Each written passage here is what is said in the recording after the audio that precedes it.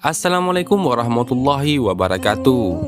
Sahabat kisah Islamku official yang dirahmati oleh Allah Subhanahu wa taala. Pada kesempatan kali ini, saya akan membagikan kisah perjalanan Nabi Musa dan cerita perlawanan terhadap Fir'aun. Kisah Nabi Musa adalah yang paling banyak diceritakan di dalam Al-Quran.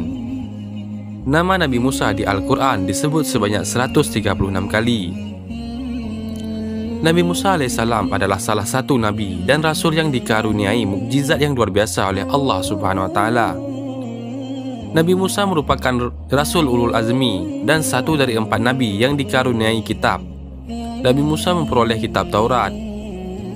Nabi Musa diutus untuk menyiarkan agama Allah saat Raja Fir'aun memimpin Mesir. Fir'aun adalah raja yang kejam dan zalim. Pada suatu hari, Fir'aun bermimpi Mesir terbakar hebat. Mimpi itu kemudian ditafsirkan bahwa suatu hari akan ada seorang bayi laki-laki yang akan menjadi musuh dan menghancurkan kerajaan. Mimpi itu membuat Fir'aun memerintahkan pasukannya untuk menangkap dan membunuh bayi laki-laki, termasuk ibu yang sedang mengandung bayi laki-laki.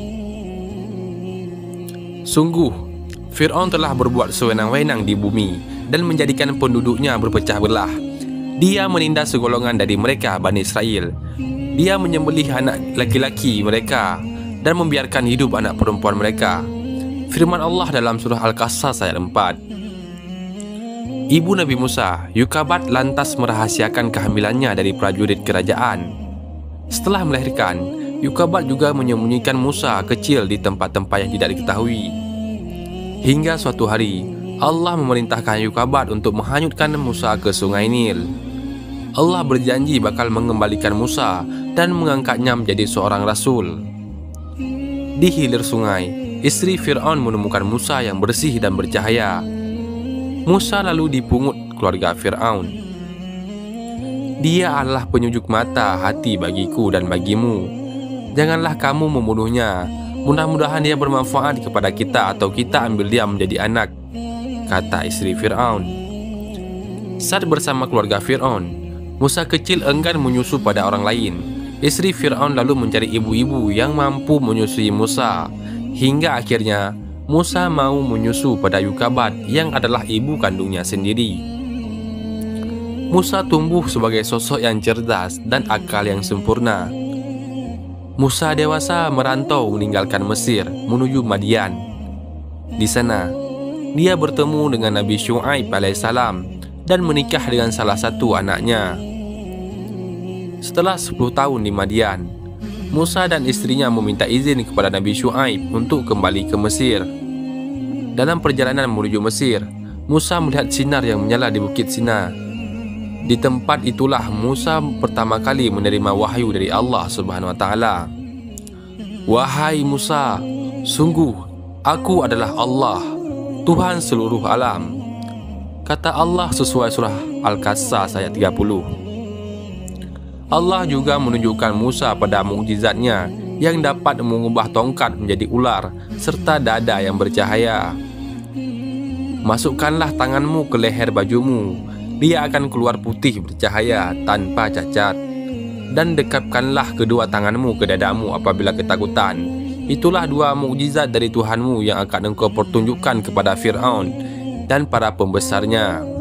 Demikian tertulis dalam surat Al-Qasas ayat 32. Nabi Musa juga mendapat tugas untuk memberikan peringatan pada Fir'aun dan pengikutnya. Nabi Musa lalu meminta Allah untuk mengizinkan Harun, saudaranya, menemaninya berdakwah karena memiliki tutur kata yang baik.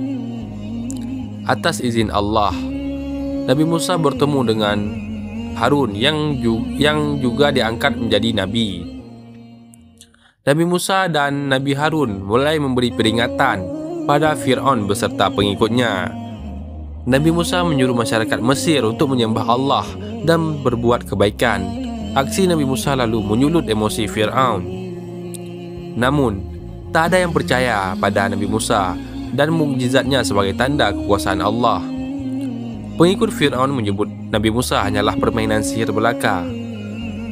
Ini hanyalah sihir yang dibuat-buat dan kami tidak pernah mendengar yang seperti ini pada nenek moyang kami dahulu, kata orang-orang kafir. Fir'aun lalu menantang Nabi Musa dan Nabi Harun melawan ahli-ahli sihir dari kerajaannya. Saat semua ahli sihir berkumpul, Nabi Musa meminta mereka untuk mengeluarkan semua keahlian yang dimilikinya. Mereka melemparkan tongkat yang berubah menjadi ular. Nabi Musa lalu melemparkan tongkat yang dimilikinya.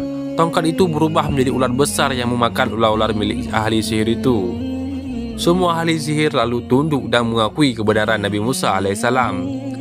Namun, Fir'aun tetap saja tak percaya dan semakin marah pada Nabi Musa. "Mengapa kamu beriman kepadanya sebelum aku memberi izin kepadamu? Sesungguhnya ini benar-benar tipu muslihat yang telah kamu rencanakan di kota ini untuk mengusir penduduknya. Kalau kamu akan mengetahui akibat perbuatanmu ini, pasti akan aku potong tangan dan kakimu dengan bersilang, tangan kanan dan tangan kiri atau sebaliknya.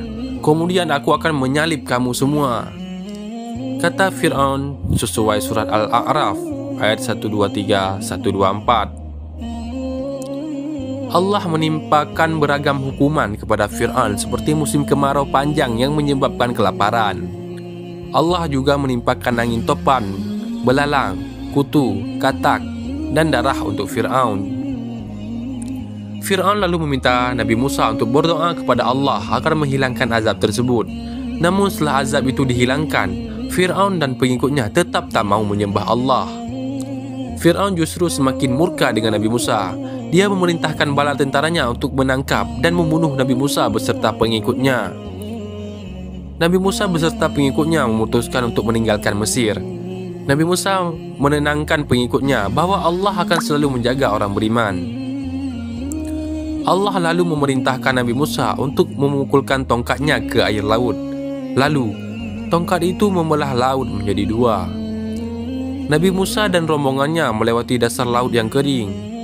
Fir'aun dan pengikutnya terus mengejar Nabi Musa. Saat Nabi Musa sudah tiba di daratan dan Fir'aun masih di tengah lautan, Allah mengembalikan lautan seperti semula. Fir'aun dan prajuritnya tenggelam di dasar laut. Maka kami siksa dia, Fir'aun dan bala tentaranya, lalu kami lemparkan mereka ke dalam laut. Maka perhatikanlah bagaimana kesudahan orang yang zalim. Firman Allah surat Al-Qasas ayat 40. Saat Fir'aun hampir tenggelam, dia sempat mengucapkan bahwa dia termasuk orang yang percaya pada Allah. Namun, pengakuan di akhir hayat itu sudah tak diterima oleh Allah. Allah lalu mengangkat jasad Fir'aun sebagai bukti kekuasaannya. Beberapa ahli menyebutkan jasad Fir'aun kini ada di museum di Mesir. Dari kisah Nabi Musa AS dan perlawanan melawan Fir'aun, terdapat sejumlah hikmah dan pelajaran. Nabi Musa adalah sosok yang berani melawan penguasa yang zalim dan bertindak sesuka hati. Nabi Musa berani mengatakan kebenaran. Nabi Musa tak takut berhadapan dengan Fir'aun dan bala tentaranya. Dari kisah Nabi Musa diketahui pula perbuatan sewenang-wenang dan menganiaya orang lain tidak disukai oleh Allah. Allah bakal memberikan azab bagi orang yang berbuat kerusakan. Selain itu, Allah tak lagi menerima tobat orang yang sudah di akhir hayat saat ditimpa azab. Tobat itu sudah tak berguna lagi. Wallahu a'lam bisawab. Semoga bisa bermanfaat untuk kita semua. Assalamualaikum warahmatullahi wabarakatuh.